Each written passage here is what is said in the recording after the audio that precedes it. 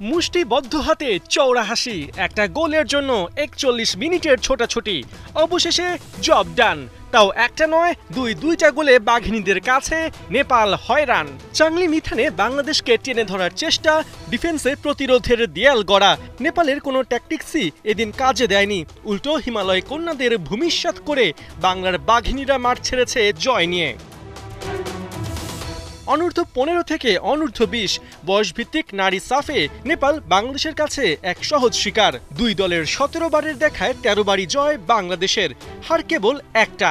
এমন দাপুটে রেকর্ডকে সঙ্গী করেই থিম্পুর চাংলি মিথানে মাঠে নেমেছিল অর্পিতা বিশ্বাসের দল। তবে সময় যায়, আক্রমণ হয়, কিন্তু গোলের আর দেখা মেলে না।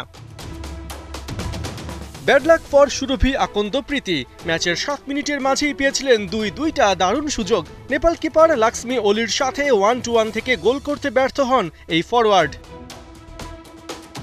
বাংলাদেশ একের পর এক চান্স ক্রিয়েট করলেও বল পজিশন, গেম বিল্ড আপে বেশ দুর্বলতা চোখে পড়ে মাহবুবুর রহমান লিটুর শিষ্যদের। ২২ মিনিটে পূর্ণিমা চাকমা যদি ক্রসটা মিস না করতেন, তবে তখনই লিড নিশ্চিত হতো বাঘিনীদের।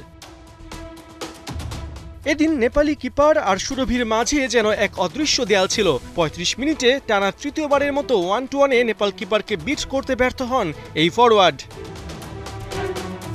অবশেষে ৪১ মিনিটে ডেডলক ভাঙেন থুইমুই মারমা। দারুণ এক শটে গোল করে বাংলাদেশকে এনে দেন লিড।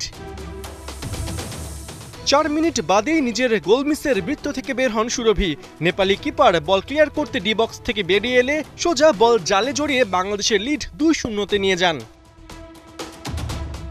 ফার্স্ট হাফের মতোই সেকেন্ড হাফেও একটা গোলের জন্য অপেক্ষা করতে হয় একদম শেষ মুহূর্ত পর্যন্ত, আর এই গোলটাও যোগ হয় বাংলাদেশের নামের পাশে। ম্যাচের ইনজুরি টাইমে রিয়া দারুণ এক গোলে বাংলাদেশকে এনে দেন তৃতীয় গোল আর নিশ্চিত করেন বাঘিনীদের বিগ উইন। ৩-০ গোলে বাংলাদেশ আসরের দ্বিতীয় জয় নিয়ে মাঠ ছাড়লেও দুশ্চিন্তা এখনও কাটেনি।